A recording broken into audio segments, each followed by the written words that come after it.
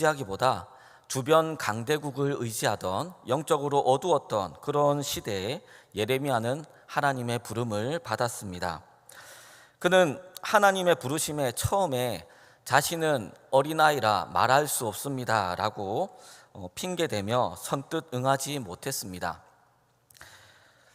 하나님이 부르실 때 내가 여기 있나이다 나를 보내주소서라고 자신 있게 대답했던 이사야 선지자와는 대조적인 그런 모습을 보여줍니다.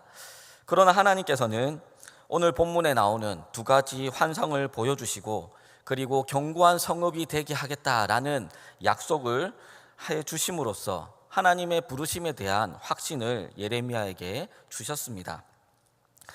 여러분, 하나님의 자녀가 되어서 이 자리에 계신 저와 여러분도 모두가 하나님의 부르심을 받았습니다. 그리고 하나님께서 우리를 천국으로 데려가지 않고 여전히 이 땅에 살게 하신 것은 우리에게 남겨진 사명이 있기 때문입니다. 하나님이 주신 사명을 수행한다는 것은 때로는 힘들기도 하고 어렵기도 하고 부담이 되기 때문에 예레미야처럼 우리도 회피하고 싶을 때도 있습니다.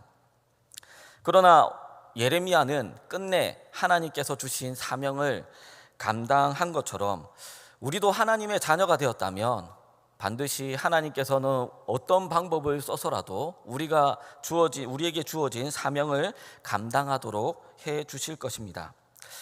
오늘 말씀을 통해서 하나님이 예레미야를 어떻게 사명을 감당하도록 이끄셨는지 함께 생각해 보는 시간이 되기를 바랍니다. 하나님은 예레미야를 열국의 선지자로 부르신 후에 오늘 본문에 나오는 환상을 통해서 무엇을 전하는 선지자가 될 것인지를 알려주셨습니다. 오늘 본문에는 두 가지 환상이 나오지만 이 메시지는 한 가지입니다. 그것은 하나님이 남유다를 반드시 심판하겠다라는 하나님의 굳은 의지를 환상을 통해서 보여주십니다. 11절에서 하나님이 예레미야에게 내가 무엇을 보느냐라고 묻자 예레미야는 내가 살구나무 가지를 보나이다 라고 대답합니다. 그러자 하나님이 내가 잘 보았다. 이는 내가 내 말을 지켜 그대로 이루려 함이니라 라고 말씀하십니다. 여러분, 이 대화를 우리가 한국말로 보게 되면 잘 연결이 되지 않습니다. 살구나무와 하나님의 말씀을 지키는 것, 이 두 가지는 전혀 관계가 없기 때문에 마치 두 사람이 동문서답하는 것처럼 보이기도 합니다. 하나님이 왜 이런 대화를 이 성경에 기록하고 있는지는 우리가 히브리어 원문을 보면 알 수 있습니다. 우리 PPT 화면을 보여주시면 감사하겠습니다. 자, 히브리어 원문에는 언어 유희가 나타납니다. 자, 살구나무라는 히브리어는 샤케드고 지키다라는 히브리어는 쇼케드입니다. 여러분, 히브리어를 보면 알겠지만 히브리어는 자음이 기록되어 있고 모음은 위쪽이나 아래쪽에 점이나 조그마한 그런 기호들로 모음이 표시되어 있습니다. 이 두 단어는 같은 자음을 쓰고 있고 모음만 조금 다릅니다. 이 단어를 하나님께서는 두 가지 이 같은 어근의 이 단어를 사용하면서 다른 의미를 떠올리게 연상하게 하는 그런 방법을 사용하신 것입니다. 즉 예레미야로 하여금 샤케드, 살구나무를 볼 때마다 말씀을 쇼케드, 말씀을 지키시는 하나님을 기억하게 만드신 것입니다. 즉 예레미야는 이 살구나무 가지를 보면서 하나님이 자신에게 전해준 이 말씀, 자기가 백성들에게 선포하는 그 말씀을 하나님께서는 반드시 지킬 것이다 라는 확신을 심어주고 있습니다. 소명을 받고 첫 번째 사명을 시작하려는 어린아이라고 고백했던 이 예레미야에게 하나님께서는 용기를 불어주는 그런 환상을 보여주신 것입니다. 여러분, 이 쇼케드, 이것은 시편 127편 1절에도 사용되고 있습니다. 자, 127편 1절에 보면 여호와께서 집을 세우지 아니하시면 세우는 자의 수고가 헛되며 여호와께서 성을 지키지 아니하시면 파수꾼의 깨어 있음이 헛되도다. 여기서 파수꾼의 깨어 있음, 이것도 쇼케드로 사용되어 있는 단어입니다. 여러분, 파수꾼이 밤중에 자신이 지키는 것을, 자신의 그 민족들, 자신의 군대를 지키기 위해서 정말 눈을 부릅뜨고 캄캄한 밤중에도 조그만한 움직임도 놓치지 않기 위해서 주의해서 지켜보는 그런 의미를 가지고 있습니다. 하나님께서 이 살구나무 가지를 보여주시면서 내가 너에게 하는 이 모든 말들은 내가 그 파수꾼이 주의하여 보는 것처럼 반드시 살펴서 지키겠다라는 것을 하나님께서는 약속하고 계신 것입니다. 이것은 동시에 이후의 말씀처럼 곧 이스라엘 백성들에게 내려질 그 재앙이 임박하게 다가올 것이다 라는 하나님의 굳은 의지를 보여주기도 하는 것입니다. 이 환상 이후에 하나님은 또 다른 환상을 또 보여주십니다. 13절에서 또다시 하나님은 예레미야에게 내가 무엇을 보느냐라고 질문을 하자 예레미야는 윗면이 북에서부터 기울어진 끓는 가마를 봅니다 라고 대답합니다. 그러자 하나님께서는 14절에서 재앙이 북방에서 일어나 이 땅의 모든 주민들에게 부어지리라 라고 말씀하십니다. 끓는 가마로 번역된 이 단어는 바람이 불어넣어져서 뜨겁게 달아오른 용광로를 연상케 하는 그런 단어입니다. 단순히 그냥 가마솥에 끓는 물 정도가 아니라 여러분, 철을 녹이는 용광로의 불을 가지고 하나님께서는 심판하겠다라는 것입니다. 여러분, 철광석이 샘물로 되는 온도가 1535도입니다. 용광로의 내부 온도는 그래서 1500에서 2300도 사이를 유지하고 있다고 합니다. 그 정도의 뜨거운 샘물이 위에서부터 부어진다면 그것에 대있는 모든 것들은 살아남을 수가 없다라는 것입니다. 하나님이 내릴 심판이 얼마나 무서운 것인지를 이 환상을 통해서 하나님이 예레미야에게 보여주고 있습니다. 그리고 특별히 이 끓는 가마는 북에서부터 남쪽으로 기울어져 있다라고 말합니다. 즉 하나님은 재앙이 북쪽에서 일어날 것을 이야기하고 그리고 그 가나안 거민들, 가나안 땅에 살고 있는 모든 거민들에게 그 재앙이 부어질 것이다 라고 해석해 주십니다. 이 재앙은 우리가 잘 알듯이 그 북쪽에서 일어났던 바벨론의 침략을 이야기하고 있습니다. 그들은 예루살렘 성문 어귀에 각각의 진영을 구축하고 예루살렘 성벽뿐만 아니라 유다 땅에 있는 모든 성문마다 모든 성읍을 공격할 것이다 라고 말씀하고 있습니다. 그런데 15절에 하나님께서는 그 모든 것들을 행하는 주어가 바로 자신 1인칭을 사용하고 있습니다. 즉 하나님이 직접 그 바벨론 제국을 사용하셔서 남유다를 심판하겠다라고 말씀하고 계십니다. 예레미야는 하나님의 부르심을 받고 그리고 하나님이 이 환상을 보여주시면서 자신이 무엇을 전해야 하는지 자신의 사명을 알게 되었습니다. 그것은 하나님이 바벨론을 사용해서 자기 민족인 남유다 백성들을 멸망시킨다라는 것입니다. 그런데 그런 메시지를 들을 때 좋아할 만한 사람은 아무도 없습니다. 여러분, 다른 사람이 듣기 싫어하는 말을 하는 것은 결코 쉽지 않습니다.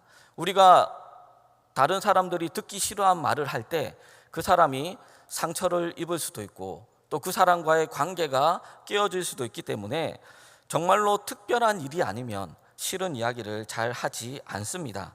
그리고 싫은 이야기를 어쩔 수 없이 해보는 사람은 정말 그 사람을 생각해서 그 사람이 올바르게 가도록 하기 위해서 우리가 상대방이 듣기 싫어하는 말을 합니다. 그러므로 예레미야도 이스라엘 백성들이 듣기 싫어하는 자신들이 북방의 그 바벨론에 의해서 멸망당할 것이라는 그 메시지를 전한다는 것, 그것은 결코 쉬운 일이 아닙니다. 그래서 하나님은 예레미야에게 내가 왜 남유다를 너의 민족을 심판할 수밖에 없는지 그 이유를 16절에서 말씀하고 있습니다.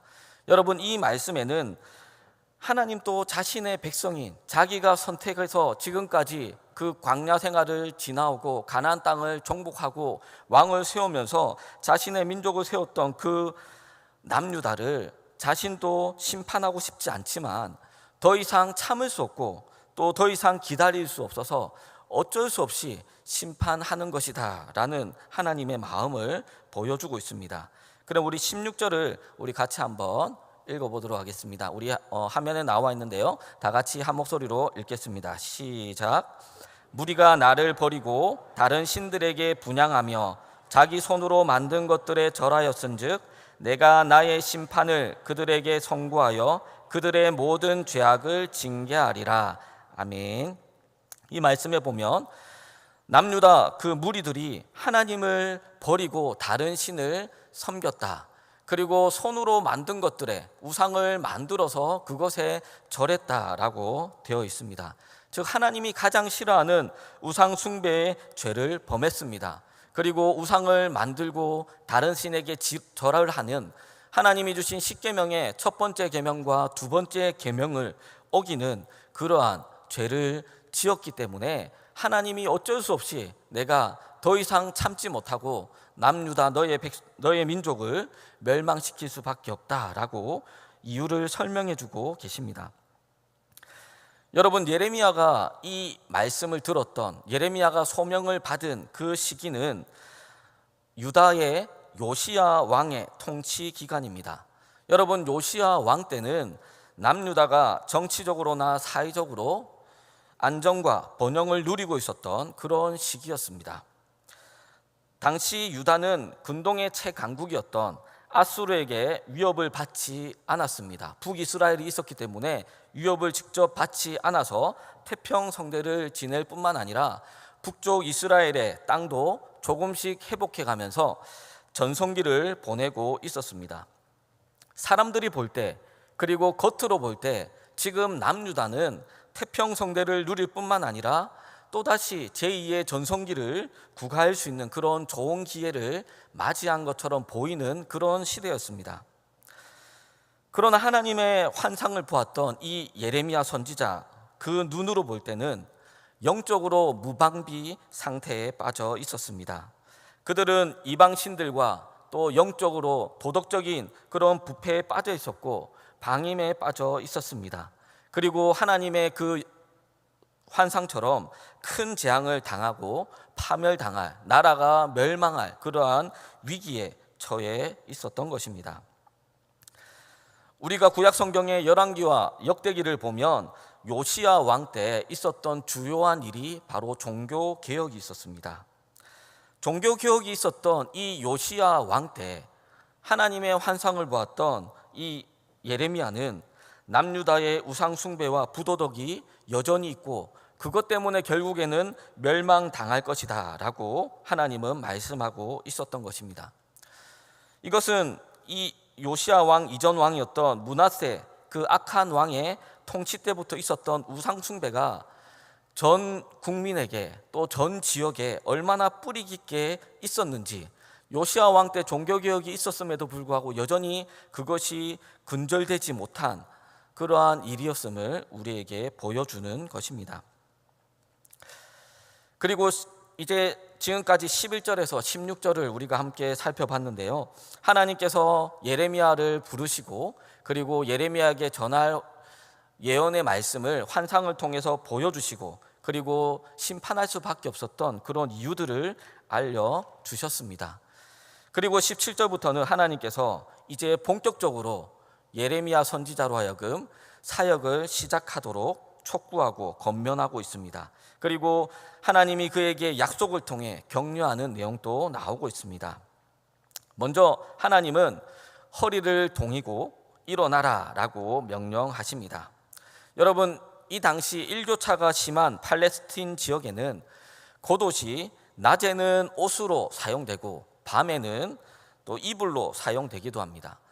저녁에 펼쳐서 이불로 사용하다가 아침이 되면 그것을 몸에 두르고 그리고 허리를 묶어서 일상복으로 사용하는 것입니다. 그래서 허리를 동이라라는 이러한 명령은 이제는 일상적인 활동을 시작하라라는 그러한 말씀입니다. 그리고 더 나아가서 이 허리를 동인다는 표현은 상징적으로 전쟁에 나갈 준비가 마쳤다, 전쟁에 나갈 준비를 끝냈다라는 의미로도 사용되었습니다. 즉 하나님은 환상을 보여주시면서 너가 전할 그러한 나의 말이 무엇인지를 알려주시고 이제는 예레미야로 하여금 나가서 사람들에게 내 말을 전하라 라고 명령하고 계십니다. 그리고 18절에서 하나님은 예레미야에게 두려워하지 말라라고 권면하고 있습니다. 18절에 보면 각 계층의 사람들을 열거하여서 예레미야가 맞서 싸워야 될 대상이 누구인지를 구체적으로 이야기하고 있습니다. 먼저는 유다 왕들이 등장하는데 예레미야 선지자가 사역했던 그 시기 때 유다의 왕은 5명이나 있었습니다. 요시야부터 여호아스, 여호야김, 여호야긴, 시드기야. 자, 이렇게 5명의 왕들을 염두에 두고 유다의 왕들이라는 표현을 쓰고 있습니다. 그리고 지도자들, 제사장들, 그 땅 백성들, 이런 사람들과 싸워야 한다고 하나님은 이야기합니다. 즉 왕을 비롯해서 정치적 지도자, 또 종교적 지도자, 또 그 땅에 살고 있는 많은 백성들과 이 예레미야는 외로이 싸울 수밖에 없는 그러한 사람이었습니다.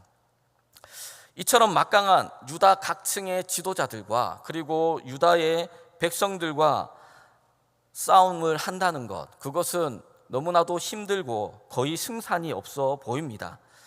하지만 하나님께서는 이 예레미야에게 그 이후에 약속을 주시면서 어떻게 이겨야 할지를 알려주고 계십니다.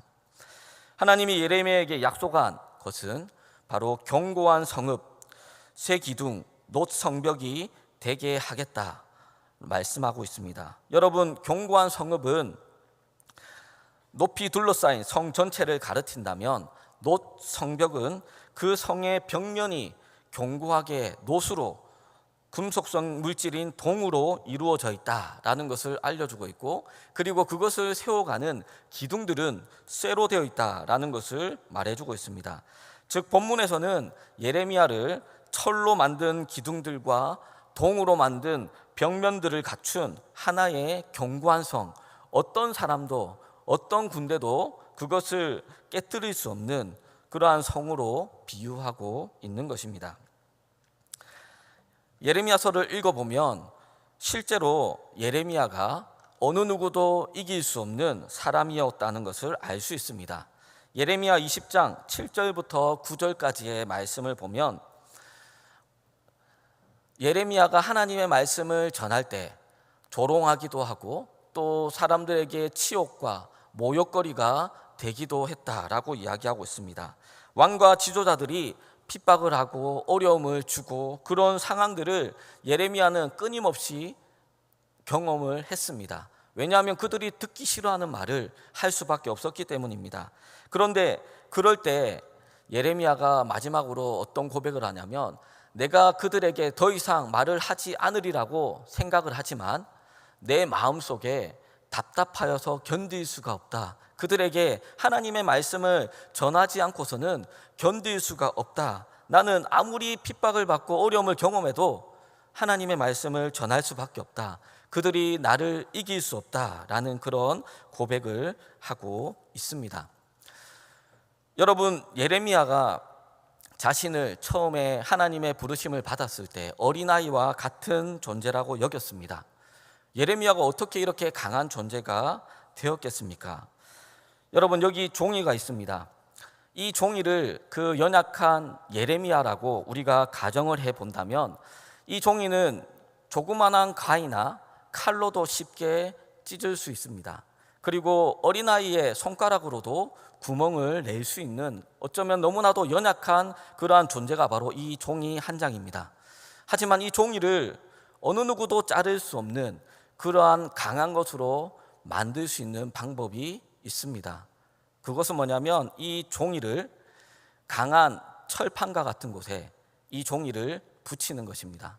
이 종이가 강한 철판에 붙어 있는 한 어떤 가위로도 이 종이를 자를 수가 없습니다. 여러분, 예레미야가 연약한 존재였지만 하나님이 그를 견고한 성으로 만든 것은 예레미야가 변했다기보다 예레미야가 하나님과 함께했고, 그래서 어느 누구도 강력하신 하나님을 대적할 수 없었기 때문에 이길 수 없는 그런 사람이 될 수가 있었습니다. 그리고 하나님이 예레미야에게 주신 사명을 감당할 수가 있었던 것입니다. 여러분, 하나님은 왜 이 예레미야를 그런 견고한 성읍으로 만드셨겠습니까?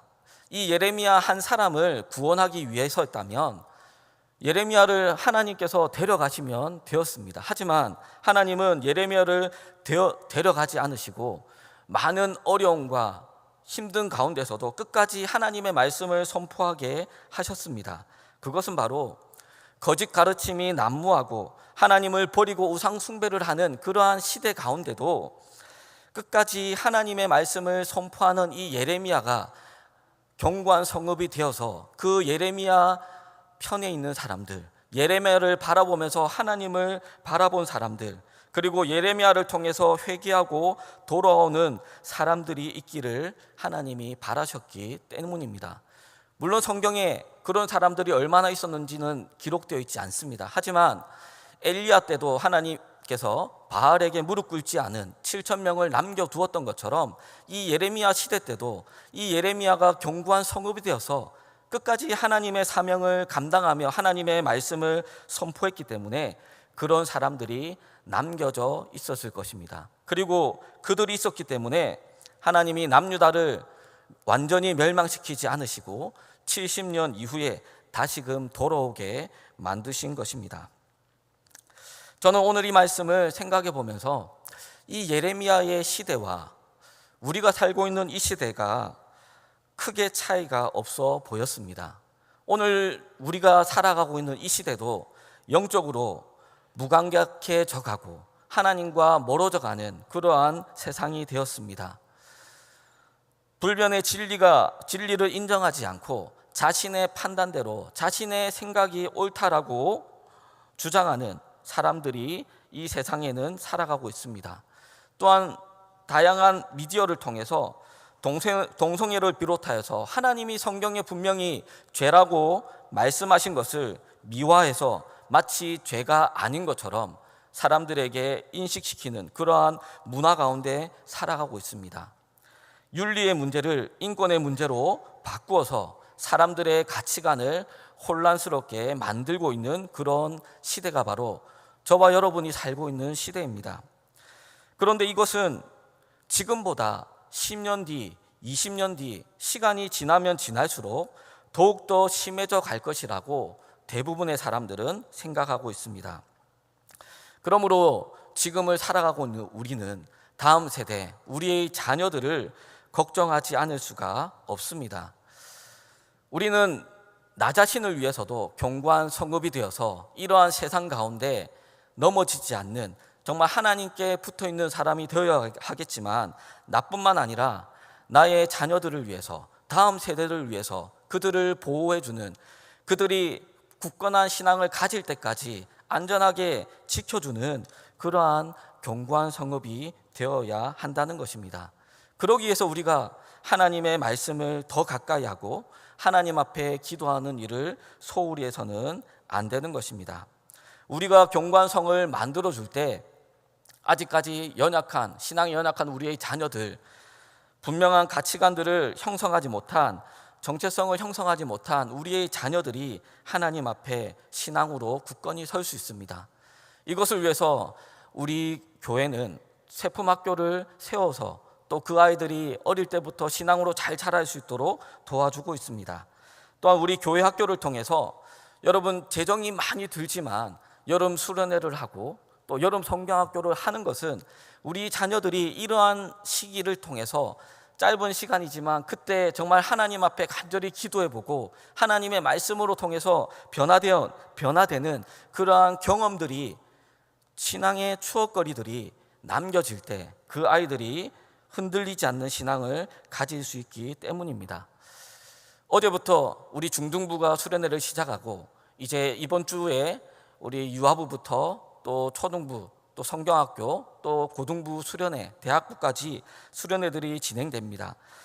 우리 모두가 정말 다음 세대를 위해서 더 관심을 가지고 다음 세대가 정말 신앙으로 바로 서갈 수 있도록 기도해주고 또 최선을 다해서 도와주는 그러한 역할들을 감당해야 합니다. 이것이 바로 하나님이 우리에게 주신 사명입니다. 그런데 하나님은 사명만 주신 것이 아니라 그것을 지킬 수 있도록 우리에게 분명한 약속을 주셨습니다. 이 세상 가운데서 흔들리지 않는 견고한 성읍이 되게 하시겠다는 그러한 약속을 주신 그 하나님을 믿고 또 하나님의 편에 서서 우리가 다음 세대를 안전하게 보호해주고 그들을 자라게 하는 그 사명을 감당케 하는 우리 모든 성도님들이 되시기를 주님의 이름으로 축복합니다. 기도하겠습니다. 살아계신 하나님 아버지, 우리를 하나님의 자녀로 부르시고 귀한 사명을 주심에 감사를 드립니다. 주님이 주신 사명을 감당할 수 있도록 또한 우리에게 예레미야처럼 분명한 약속을